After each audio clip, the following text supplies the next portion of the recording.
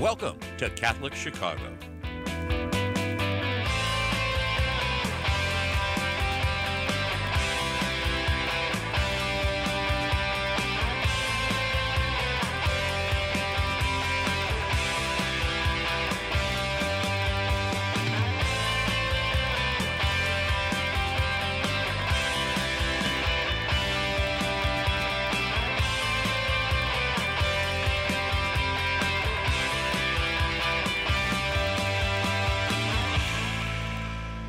Good morning. Welcome to Catholic Chicago on WNDZ, 750 AM, 312-255-8408.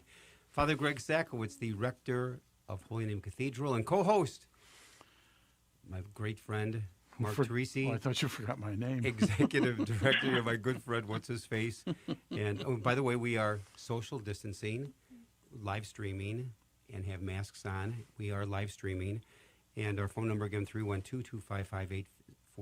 The time is exactly 8:01 here in Chicago. And Mark, a beautiful day today. Yes, it's almost like They're early talking spring. 54 degrees. Yep. So here's December 10th, 54. I remember back about 2005, roughly around 15 years ago, I was at St. Mary of the Woods as pastor where you were very heavily involved. And it was December 12th and 13th. We had back-to-back heavy snows, 2 school days,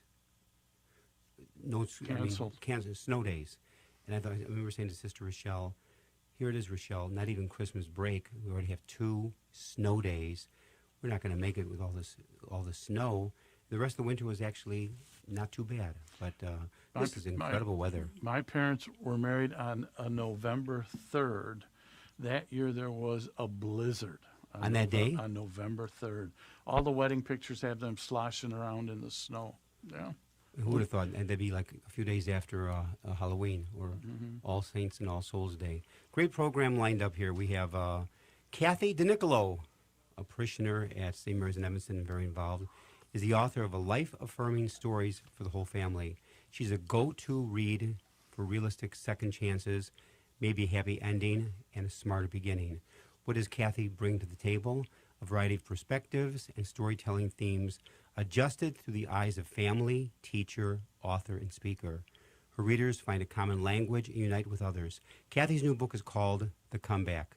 I'll tell you, give a copy to the Chicago Bears. How about The Comeback. Wow. I like the title, The Comeback. The writing addresses current issues in the diverse Italian-American and global community. Francesco's modern Italian-American family, like generations before him, is reaching for success and the golden touch of the American dream. They find themselves caught in a never-ending cycle. They are striving but not thriving, dashing but not advancing, feeling the best moves eluding them. Each of them wonders how to achieve success in life's end game. In the darkest of days, each discovers the game changer. That's fascinating. Kathy DeNicolo, know you so well from 10 years ago from St. Mary's, and a very gifted woman of deep faith. How are you, Kathy? I'm fine, Father Greg. Thank you for having me on here. I'm looking at the bright sunshine here, and I'm thinking, all right, bright moments at the ending of 2020 after a tough year, right? Yeah. In Yes, fact, Maybe we're all on the comeback. Who knows? You know, Kathy, just your very book, the few paragraphs I read, this has been an extremely tough year for everybody. So when people say, how are you? Where I always used to say automatically fine. I now say, okay, hanging in there. And you do the best you can, but I always say God is with us and God will see us through. But a wonderful line I saw a few months ago, it goes like this: tough times never last. Tough people do, with the help and grace of God. It's good. It's just a powerful line to get us through. And but it was just a very even title of your book, The Comeback. Well, first of all, Kathy, how many books have you now written? This 3.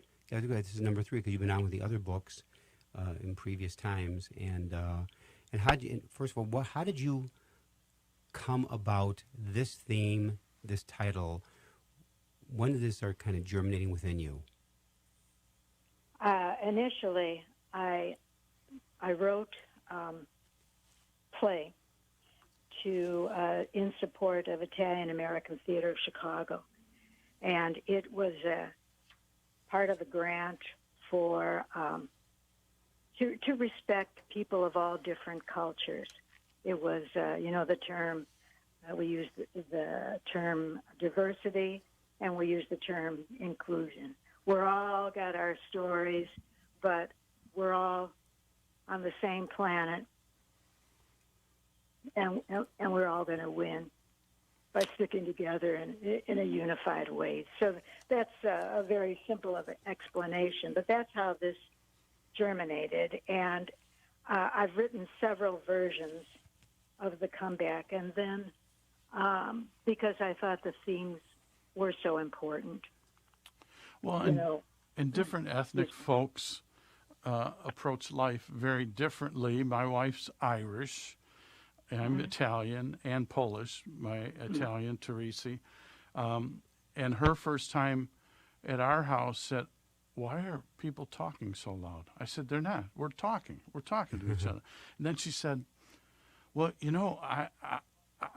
she said, you kiss each other when you're leaving to throw the garbage out." Said, she said, "In my house, we shake hands, and that's a deep sign of affection." Could you talk a little bit about, the engagement, the warmth of an Italian family, and how that ties into the book that you wrote? And I do understand too, Mark, that idea of getting people together. They have different styles, takes some getting used to each other sometimes. Mm-hmm. But, I like people. I like people. I try and have an open hand in welcoming people. And I go to my family for support. And sometimes, we don't see eye to eye on how we express ourselves, but we know that we're family. And a lot of times in this story, The Comeback, I talk about the family reunion. I'm not just talking about my nuclear family, my extended family. I'm talking about, my St. Mary's family, my family in the neighborhood that I live, all those different senses of community. And honestly, as we have become more engaged in technology and more rushing around, right? Yeah, I do remember. That, Kathy, the technology is a machine, right? Yeah, it speeds Kathy, things up. I do remember, Kathy, when I was with you at St. Mary's, I used to bring Holy Communion to your mother in your home, and then when she was, I forgot the name of the place where she was at for a little while. I just remember the devotion you had for your mother. Like, I would sometimes look at your mother and her mannerisms, and I looked at you and thought, truly mother-daughter. I've never said that to you before, but it was just amazing. You were so caring and loving for your mother, and how she passed on so much to you as you did to your family, and that's part of being a sense of family. Mark, take us to break. WNDZ, 750 AM on your dial, 312-255-8408, Catholic Chicago. We'll be talking with Kathy DeNicolo further about her book, The Comeback, and her the Italian heritage, and how that warmth, I'm biased, how that warmth really does impact a family, a neighborhood, and a parish. We'll be back in a few minutes. Please stay tuned.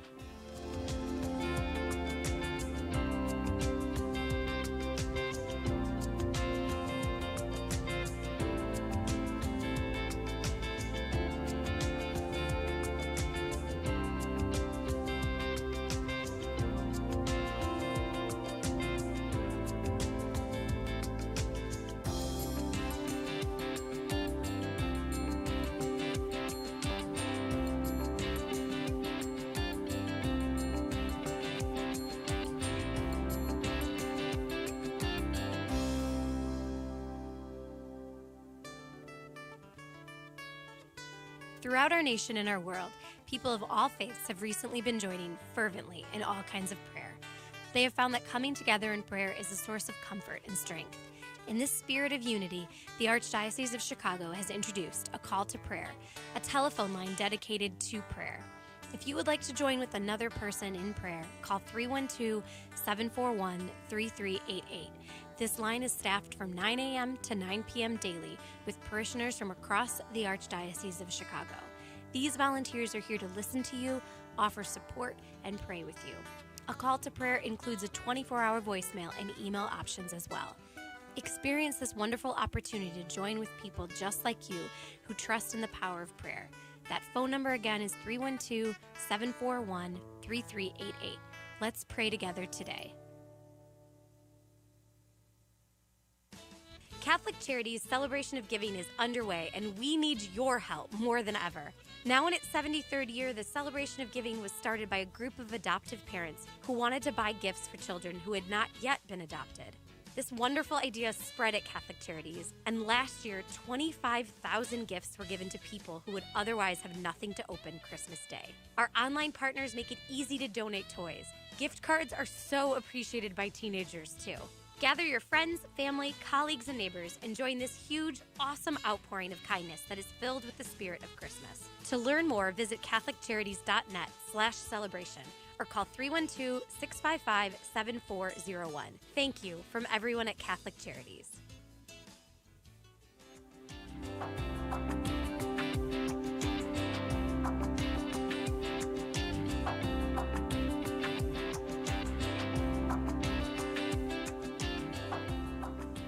We're back, WNDZ 750 AM on your dial, 312-255-8408, Catholic Chicago. Father Greg Sakowicz, Mark Teresi here joining him. We're with Kathy DeNicolo. Kathy wrote the book called The Comeback. And here it is right now, folks. I'll hold it up since we are live streaming and we are social distancing. Oh, good. The Comeback. What I love best about it, footballs on the cover. Who designed the cover? It's a neat cover. Who designed it, Kathy? Well, actually, the personal designer were my grandchildren. Oh, how really? wonderful. I like that.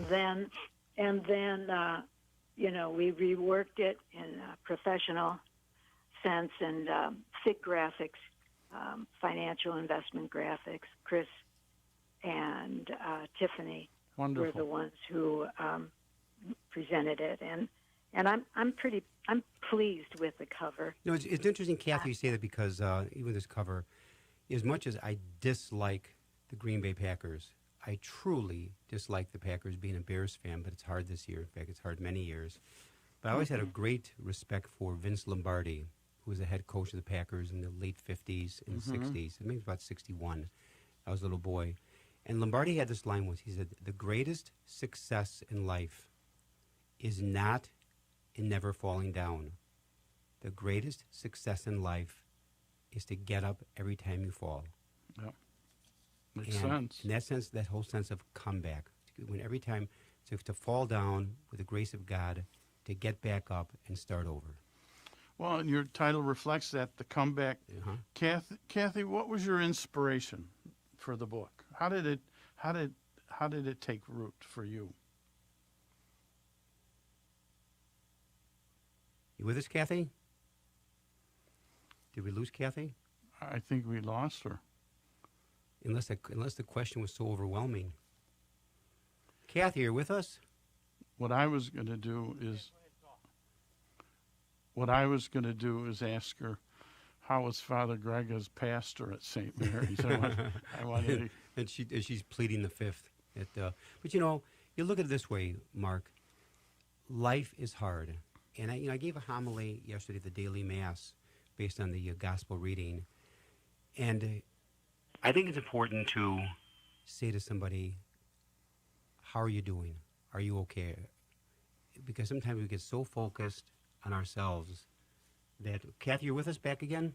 I am. Okay, we lost you. Oh, no, it's okay. But, Mark had asked the question, what was the inspiration for this book that you took off with The Comeback? Well, the title was that I was concerned that, we needed in this time of this pandemic and in these times, we take so much for granted. We have so many gifts, and we take them for granted. And I thought that we needed to come back to the basics and really appreciate talking to each other, having a conversation. Needed to appreciate the community that we're in, coaching, helping each other. And so that was the title. I thought, we need really deeper conversations that promote a comeback in some of these basic values. And this was a way of doing it. And I wanted to particularly reach out my circle of influence, communication, whatever. I wanted to get my message to different groups of people, and I wanted to, have a widening circle of communication. I wanted to appeal to sports because, so many of us, we talk about the Bears. That could make my week if the Bears won. And likewise, Yeah, it exactly. could ruin my week Yeah. if the Bears lost. Well, Father Greg is a bear when the Bears lose. Oh, They have not won a game since October 18th. I know. 1 in 2 months. So pray for me, Kathy. That's right. I'm a I tough will rector. pray for you, Mark. And the thing is that, and I think, as you were saying there, Kathy, with what we're going through right now, I guess one question I have for me is, that I've asked of others is, we have this pandemic, and I think the saddest part will be when this finally, with the grace of God, comes to an end, how will it change us? Will we be more loving, compassionate, spend time with family, the very basics you're talking about, or will we go back to what was? Now, I think it'll never be quite the same. It's never the same. But you get what I'm saying is, will people be more rooted in their faith, in God, in family, in sharing, in forgiving, in compassion? That's yet to be determined. And because right now these are tough times sledding, and I find the anxiety level people, the stress level is so high. First of all, look at Thanksgiving. For most of us, it was so different. And Christmas coming up in 2 weeks, I think it'll be so different. Families not getting together, not sharing gifts. They'll be Zooming. That's not the same. No, and we're talking at Holy Name about doing, once a week notes for folks because we're all spread out. We're Zoomed out. We're not on campus. And one of the things that came up that I thought of, possibly because we've had 2 grandchildren in this last year, and then another woman in our staff just had a grand son, and then another woman we've got to focus on that new life too that's around us, and filter whatever the future is through that new life. Like our little 6-month-old Nellie, what does she do when you hold her now? She pulls on the mask. That little one wants the mask off. She wants to see you. You can't now, for health reasons, you can't do it. But Kathy, when you said here that they kept going back, the family was like in circles in terms of wanting to move forward, not moving forward. What blocked them? Don't give the whole book away, but what right. I think what blocks us is that we try and do too much. Oh. And I remember once a show I saw, and the person, they had a chocolate on a wheel, and little chocolates, and the wheel kept going faster and faster, and the little pieces of chocolate started flying off. Mm-hmm. Right? And the person tried to keep up with it, but just couldn't. And so they began having chocolates fall on the floor, eat some chocolates, do this and that. And what it reminds me of is how we try and move so fast to keep up with everything. And maybe we need to be more selective, slow down. I like slow that. down a little bit. Yeah, I like that a I lot. like it a lot. Well, let's slow down. Slow We'll down. take a little break now. Okay. WNDZ, 750 AM, 312-255-8408, Catholic Chicago. We'll be back in a few minutes to continue our conversation with Kathy DeNicolo, talking about her book, The Comeback, but also maybe a few ways that she sees we can slow down and really kind of smell the roses during this pandemic. We'll be back in a few minutes. Please stay tuned.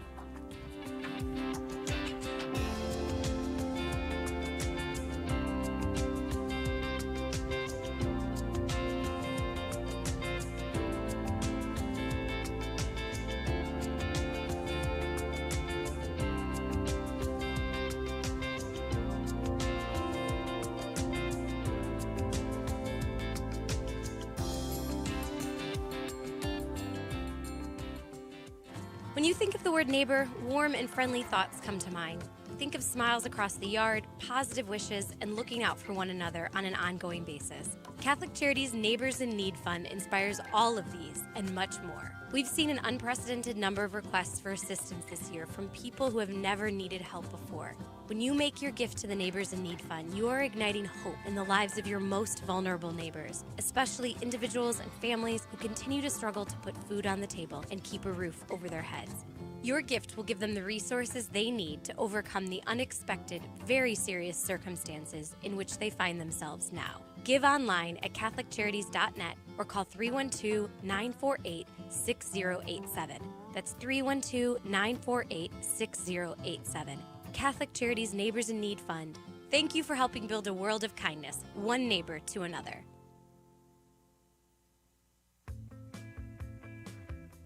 We invite you to watch Catholic Chicago this weekend, featuring a conversation with Cardinal Blaise Cupich and video highlights from across the Archdiocese. Here's host Todd Williamson. Catholic churches respond as the need to feed the hungry surges in the COVID-19 pandemic. Pope Francis's new encyclical and the call for mutual respect for all cultures. And a local priest ready to run even when the Chicago Marathon is canceled. Watch Catholic Chicago Friday at 7 p.m. on Chicago Loop Cable, Channel 25, and Sunday afternoon at 3 on the Comcast Network, Channel 100.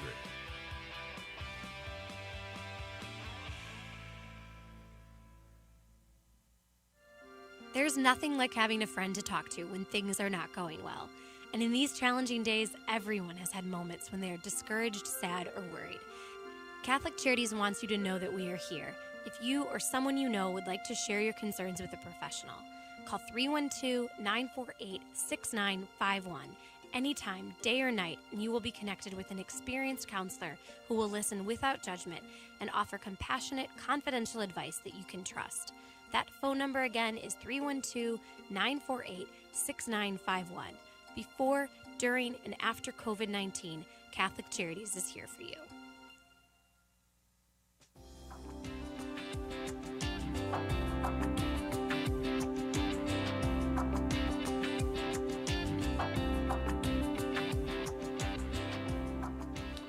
We're back, WNDZ, 750 AM, Catholic Chicago, 312-255-8408. We're talking with Kathy DeNicolo. Before the break, you said something, Kathy, that I think was pretty profound, that we're trying to do too much. And that may be part of the frustration in this whole dilemma. We're trying to fill in the gaps. And you mentioned that example of the candy on the conveyor belt. And during the break, Greg and I were talking, remember the I Love Lucy. I don't know if you remember that, but when she and Ethel were working that candy conveyor line, and they just could not keep up. Because the chocolate was coming out faster. It started out slow and coming out faster. Yeah. And she's putting the candy everywhere, trying to hide it. Right. And you were saying, Greg, about your mom. Well, of all the TV programs, comedy, my mother loved most the I Love Lucy. In that particular scene in which the chocolate's coming out fast, my mother was crying. She was laughing so hard. I never saw that before. It was funny. But I think because it probably related to her life. She didn't have an easy life. She's raising your kids. All these children. And it's that human element. Kathy, what about that trying to do too much? That's a great insight. Where did that come from for you? Probably my life. Trying to do too much. Yeah, trying to do too much. Yeah. That's how it usually But is. no, really, this pandemic, it's not what I would have chosen, obviously. Mm-hmm. But I learned a few things. What have you learned, Kathy? I learned that I really miss being with some people. Mm-hmm. And, I don't make time for them, as much time for them as I would like to. And to be true, they have their own things going on too, so I can't hoard all their time. But this is the first Christmas in over 50 years that I will not be with my extended family. Wow. Following our traditions. I will be with my immediate family, which I am most grateful. But all those traditions to the side. So you know what I said? I wrote some people on Facebook and all this, I won't be with you, there's no big party. Some people got back to me and said, we're going to spin by and say hello to you. And I thought, okay, that's great. Some people I won't see at all.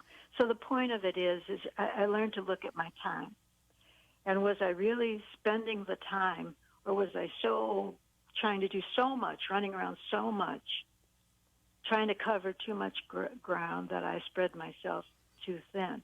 And I didn't really even appreciate those people when I saw them because I'm picking up the phone, I'm looking at the phone, I'm checking my messages, I'm checking the food to make sure everything's out there, I'm picking up dishes if it's a party. And I didn't take the time, really manage it to be in personal communication with those people. And see, like you, Kathy, that what this pandemic has taught me is how much I miss things I took for granted. Greeting people after Mass, which I love to be back there hugging, greeting people, everybody saying hello. At the Cathedral, we walk out to the altar, end of Mass, back to the sacristy in this whole social distancing. I talk to people in the sacristy before Mass, after Mass, but it's not the same as missing the hundreds in the back of church. And also no social life. Miss the dinners, miss the wedding receptions, everything. And now we're down to the last minute here. Kathy, if somebody wants to order your book, the brand new book, The Comeback, how can they purchase a copy? Well, you could go to Amazon, and it will be listed the book. It will be listed as The Comeback by K.F. DeNicolo. Spell your last name, Kathy. DeNicolo. Okay, so go to the Amazon, The Comeback, and K.F. DeNicolo. It'd be a great Christmas gift, a great way to connect those relatives you may not be seeing with a special gift this Christmas time. Any last thoughts, Kathy, before we bring this first half to a close? I just wanted to, first off, thank you again for helping get the word out on this, and hopefully this will be a bright spot, as I said, for people in the new year, and a good opportunity for all of us to make a comeback after we've won. After we've won, exactly. Beaten COVID-19. K.F. DeNicolo, The Comeback on Amazon. Beautiful. And Kathy, please give my love to the family. Have a blessed Christmas and healthy New Year. I want to thank in a very special way Kathy DeNicolo, the author of her latest book, The Comeback. And so, Kathy, again, thank you. You're listening to Catholic Chicago here on WNDZ, 750 AM, 312-255-8408. Father Greg Sakowicz, Mark Teresi. Stay with us. We'll be back after these messages. And again, do not touch that dial.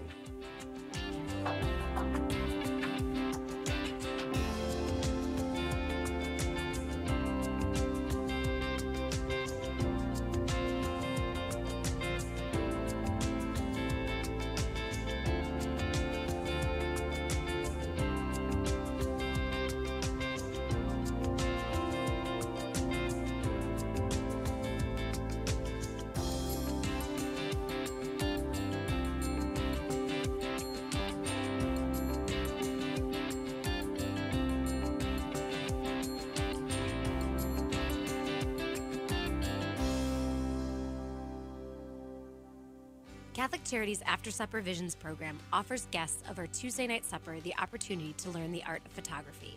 These talented guests, who are often experiencing homelessness, are offered disposable digital cameras, and they work with volunteer professional photographers to learn the basics of taking photos. Then the artists go out and capture images on film of anything they find to be beautiful or interesting in the world. Their photos are amazing. Visit AfterSupperVisions.com to learn more about the artists and their artwork. Follow us on Facebook, Twitter, Instagram, and LinkedIn too. At After Supper Visions, we are developing film, talent, and hope. It has been inspiring to see how individuals, families, and communities have found ways to help one another throughout 2020. At Catholic Charities, we usually have 35 to 40 events a year where we gather and enjoy time together in support of important programs and services, while raising critical funds that allow us to respond to the growing number of people who are in need of the most basic necessities in life. Many of our events are now virtual. If you would like to be a sponsor for one of these events, please call 312-948-6864. That's 312-948-6864. Also, visit us at CatholicCharities.net/events and follow us on social media too. We so look forward to when we can resume our events in person and reconnect with our friends and partners throughout Chicagoland. For now, please consider donating to Catholic Charities so our vital work can continue. Thousands of people in Chicago count on Catholic Charities every day. Please help us help them today. Learn more at CatholicCharities.net.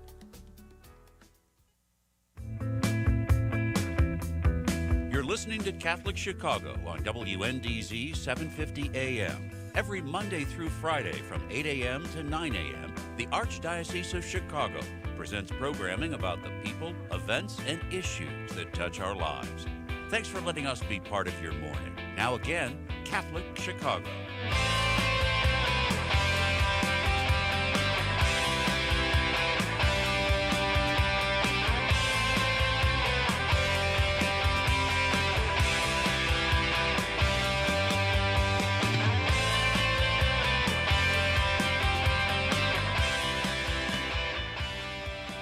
Welcome back to Catholic Chicago on WNDZ 750 AM, 312-255-8408.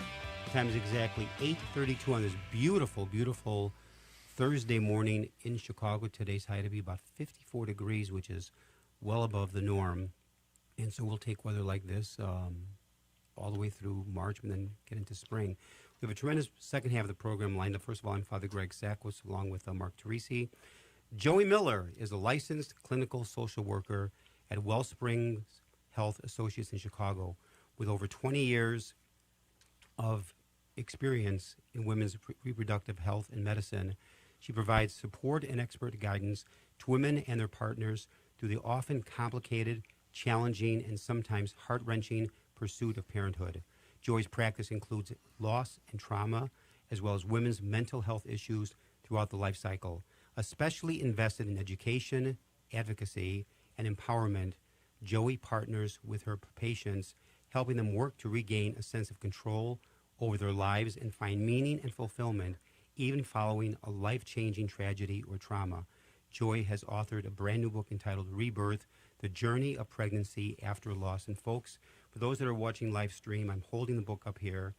I've gone over parts of it. It is absolutely outstanding, a must-read. The Journey of Pregnancy After Loss by Joey Miller. And I'm great friends with Joey and the family. Joey, welcome to the program. How are you this morning? Good morning, Father Greg and Mark. I'm so grateful to be a guest. It's great to be with you. And also, believe it or not, Joey is the mother of 4 beautiful children, triplets too, including triplets, which I've baptized all 4. You have 4 beautiful children, Joey. Joey, is it true that Greg baptized you, too? He couldn't be that old, no. That's right, I also baptized Joey. No, not quite that bad. But Joey, you have been doing such magnificent work, and just this is such an important area. How did you come about writing this book, Rebirth, The Journey of Pregnancy After Loss?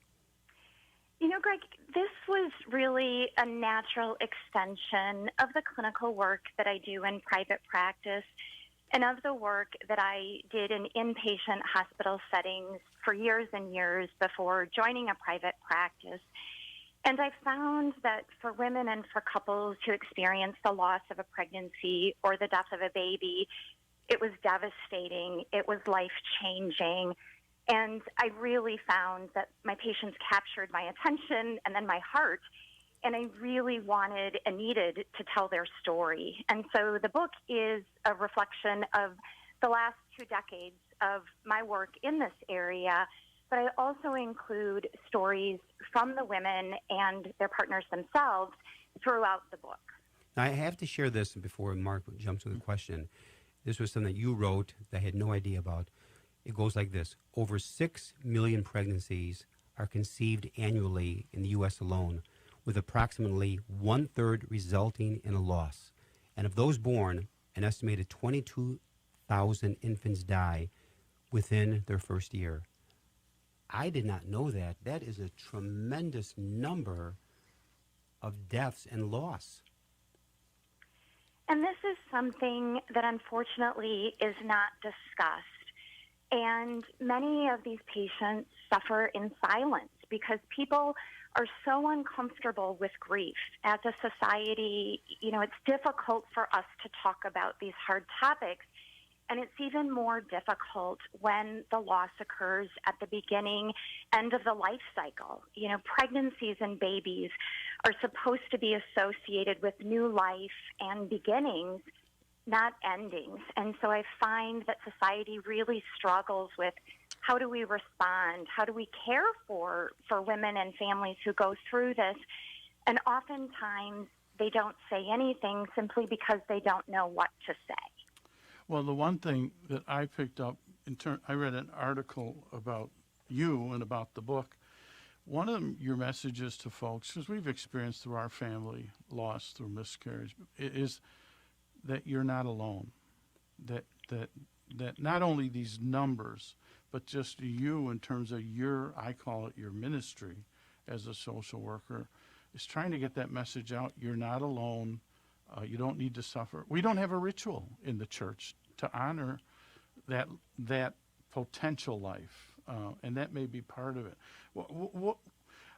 What are you seeing in terms of, we're supposed to be a society that's more open in terms of how we look at things. Have things changed in terms of people being able to discuss this issue? Are there support groups out there? How does it work now in terms of if someone is listening, they suffered a miscarriage, they feel that sadness, what do they do? Where do they go? That's a great question, Mark.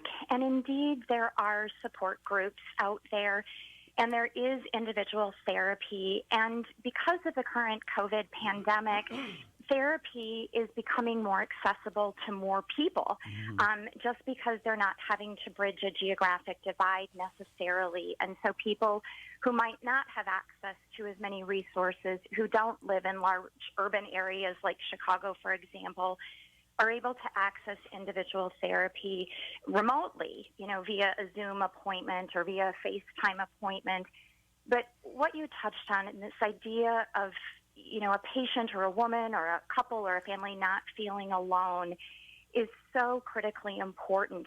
Even as recently as the 1970s, many hospital practices, after a woman experienced the death of a baby, that the hospital staff would take the baby away and not even allow the woman to see or hold or touch her baby, believing that if she was allowed to interact with the deceased child, that would somehow exacerbate her grief.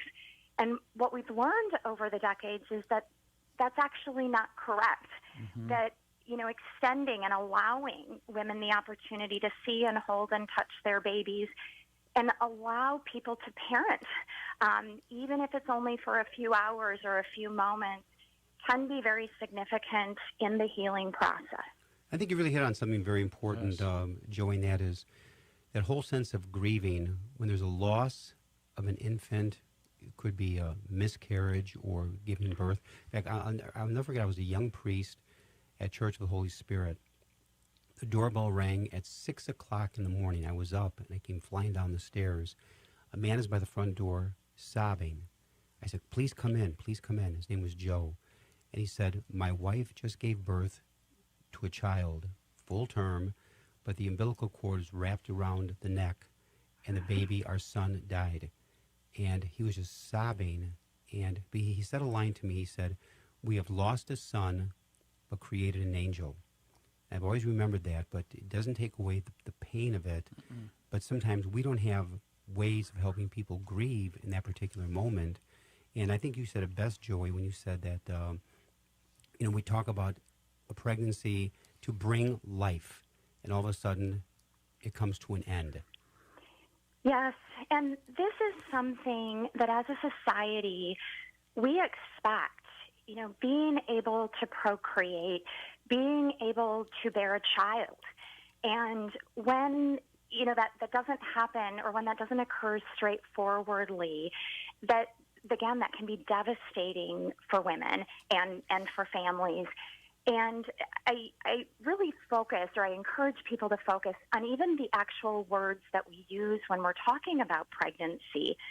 I'm expecting, yes, that I'm anticipating, 9 months happily ever after. And when the miracle of pregnancy transforms into the nightmare of loss, for many families, they experience shock, and they are completely, caught in an emotional free fall. And things that might have historically been comforting to them, whether it's extended family members, even their faith might not provide the comfort that they desire when their whole world, their lives have been shattered and changed from what they had been anticipating and what they see other families are able to do and create, and was something that they weren't able to do successfully. I never thought about that before. When a couple says, we are expecting, and all of a sudden that expectation ends in loss and tragedy. I'm going to have Mark take us to break, but I'm going to say this as a priest. Please know, when there is a death of a child, I've had people say to me, "Why did God punish me? Why did God punish us?" Please, please, God does not will the death of that child. God wills life, not death. He wills joy, not sorrow or suffering. And so why does God sometimes write with crooked, contrary lines? We don't know, but it's not because of what you did in life that God's getting back to you. I deal with that often. So, Mark, take us to break. WNDZ 750 AM on your dial, 312-255-8408, Catholic Chicago. We're talking to Joey Miller. When we come back, Joey, I want to ask you a question about the importance of naming that child, and also what can parishes do? These are strong faith communities, and it seems like the silent issue in parishes. Maybe we could either talk about areas that you've been able to impact, or maybe ideas that you have that we could implement in a parish to help move these folks along in this terrible, suffering and journey. We'll be back in a few minutes. Please stay tuned.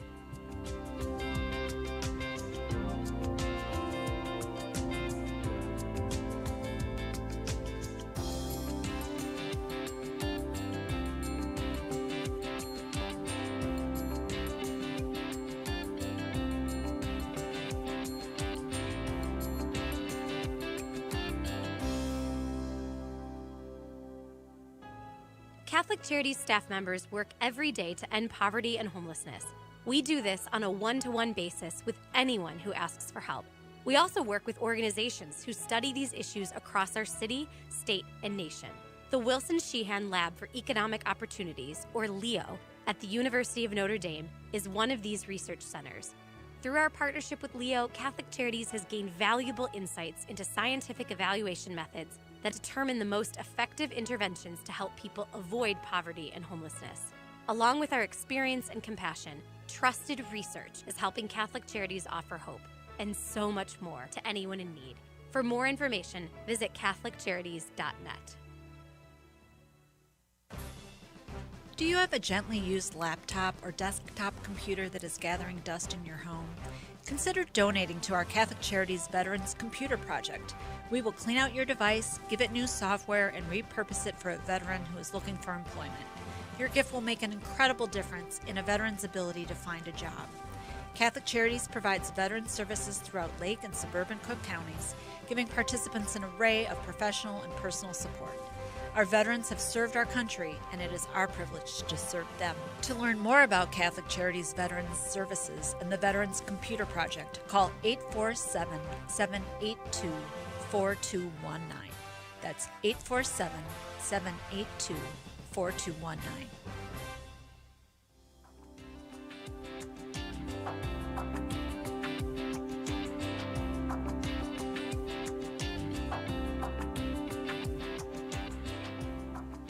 We're back, WNDZ, 750 AM on your dial, 312-255-8408, Catholic Chicago.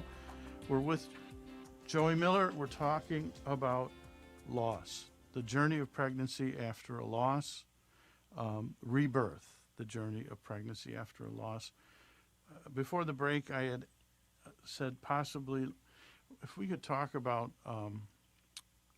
the naming of that child in loss. And let me tell you, because we experienced that in our family, and I understood that the name that they had chosen was mine. Mm-hmm. Powerful. How important is that? I know personally how important it is, but what about that? And also, either family and parish, how can we be supportive, or how do we even broach the subject of healing with our loved ones? Those are great points, Mark.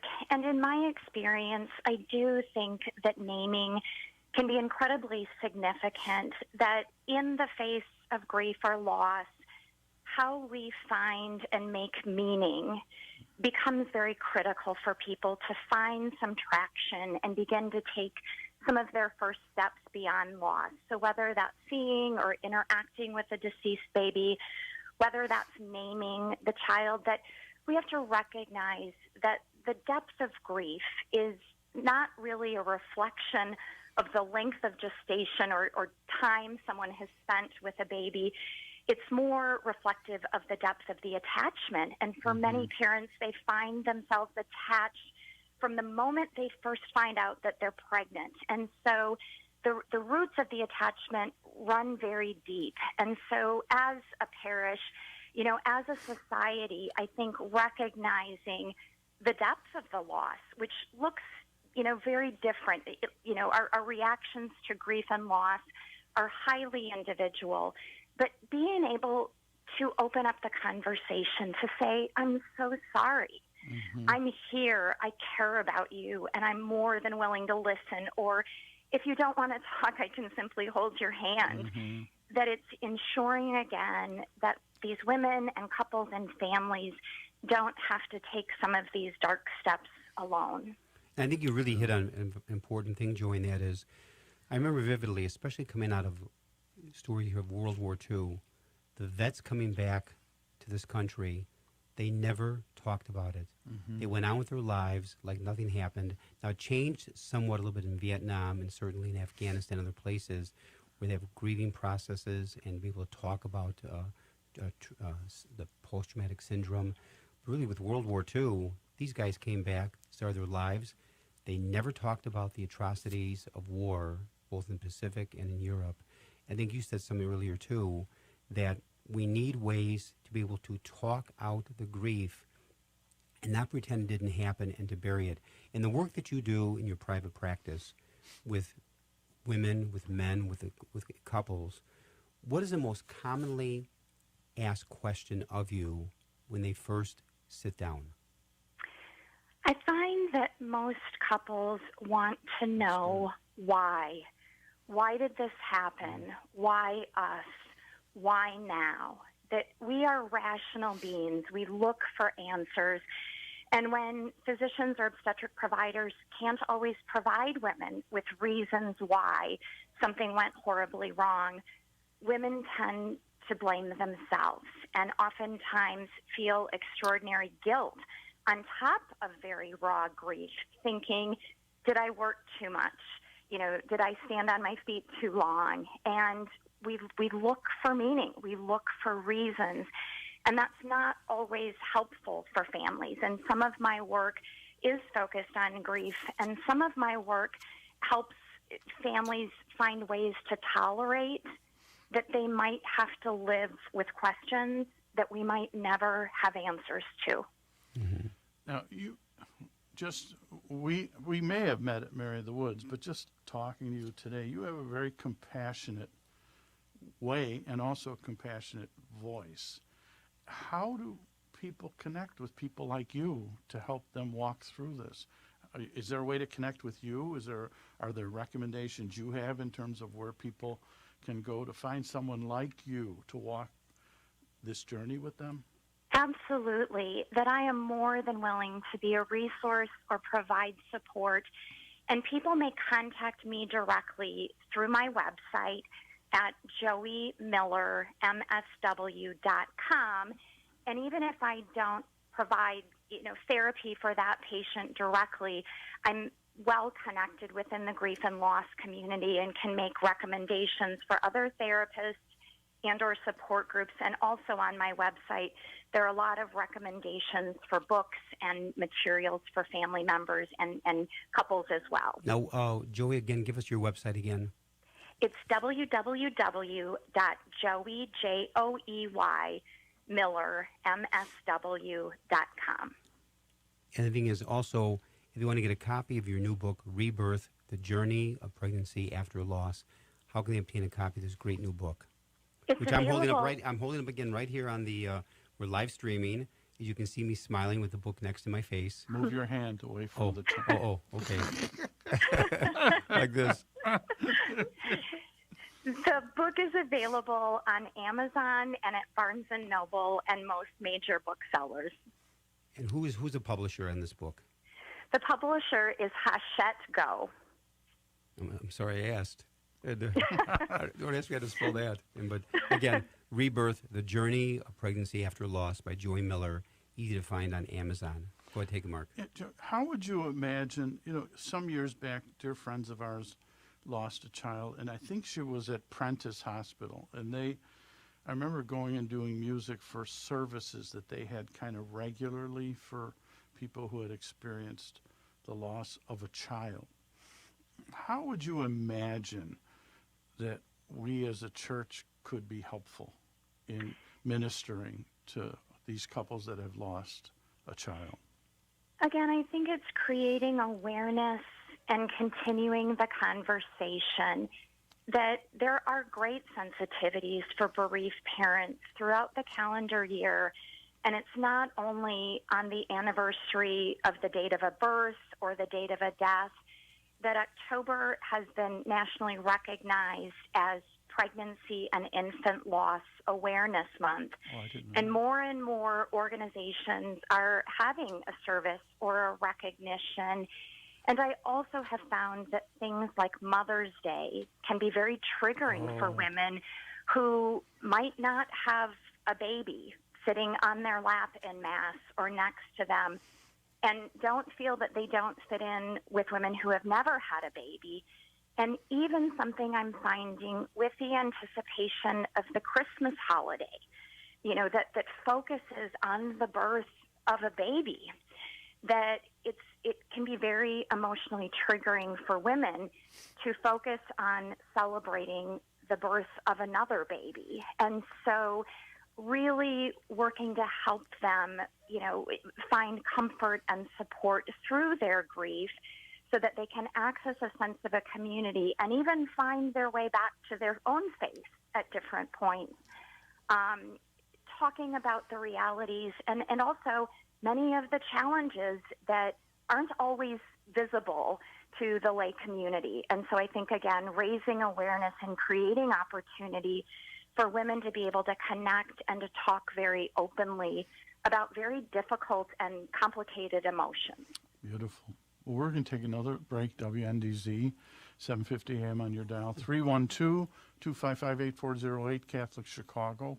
Our producer, Michael May, said skip the break. Oh, good. Good. Then I will... keep going. Then I will just keep going. Could you talk... See, I should pay attention to our producer. No, that was my mistake. But I'll blame you anyway. That's just like Just like the at the Rector. Cathedral. What Could you continue? I think holidays, particularly, you were starting to talk about where people feel displaced. You know, there's another population too. I don't know if you talk to them, and my wife and I went through this in terms of not being able to conceive.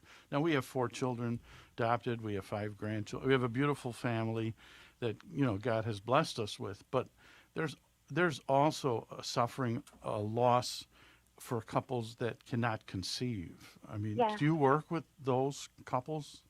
Absolutely. And I work with couples who do struggle with infertility. Mm-hmm. I work with couples who experience recurrent pregnancy loss, so more than one loss. And I work with couples who create their families through private adoption or other means, through fostering. And I always counsel families that this is more about the journey than the destination. And while, you know, there is grief and loss on this path for, you know, the couples I work with, that they can work to create their families, even if that doesn't end up being a biological child, that those children are loved no less. But there's more grief and loss involved there, where a couple might feel that they've failed, or their bodies have failed, or they're somehow less of a parent. And from where I sit, I can see that they can and they will become parents, but there's a lot of work to help them take those steps into those roles when there's an extraordinary sense of vulnerability, insecurity, and oftentimes grief. It just reminded me, as you were speaking, about our oldest, who's now 34, but when he was in grammar school, they were talking about families, and the teacher talked about pregnant and people, and he said to the teacher, he said, "I'm adopted." He said, I'm adopted. God makes families a lot of different ways. He said that? Yes. Now, we just have maybe a minute here. And on a personal note, Joey, in the work that I do, there's the highs and lows. I go from death to baptism to funerals to weddings, the high and low. But in the work that you do every day dealing with these individuals and couples, what gets you through the day when every hour you're hearing loss after loss? How do you do it? I can sincerely tell you that I am more energized and excited by my work than ever, even after 20 plus years of working in this field, that even though all of the families I meet come to my door starting at the point of tragedy or loss, over 80% of them will go on to have a healthy, full-term baby. Beautiful. And so many of these stories are about hope and about the struggle to find faith, that walking by faith is more difficult than walking by sight. Yes. And so it's helping partner with these families during a very vulnerable time, but being able to see them regain their identities and their sense of confidence, and to be able to experience parenthood when at one point they thought they never could or would be able to do that. And so much of my message is carrying and sharing that hope and faith for the community of parents I work with. We need to bring it to a close real quick again, Joey. You've done an excellent job today. To get a copy of your book, how do they do so? It's available on Amazon.com or Barnes & Noble or through other major booksellers. Rebirth, The Journey of Pregnancy After Loss. And again, your website is? JoeyMillerMSW.com. I want to thank in a very special way, Joey. You've been an outstanding guest today, and thank you for this very important topic. Also, a special thank you to our co-host, Mark Teresi, producer Vince Girasoli, engineers Michael May, Javi Garcia. Great job to all. God bless. Stay safe. Have a wonderful weekend.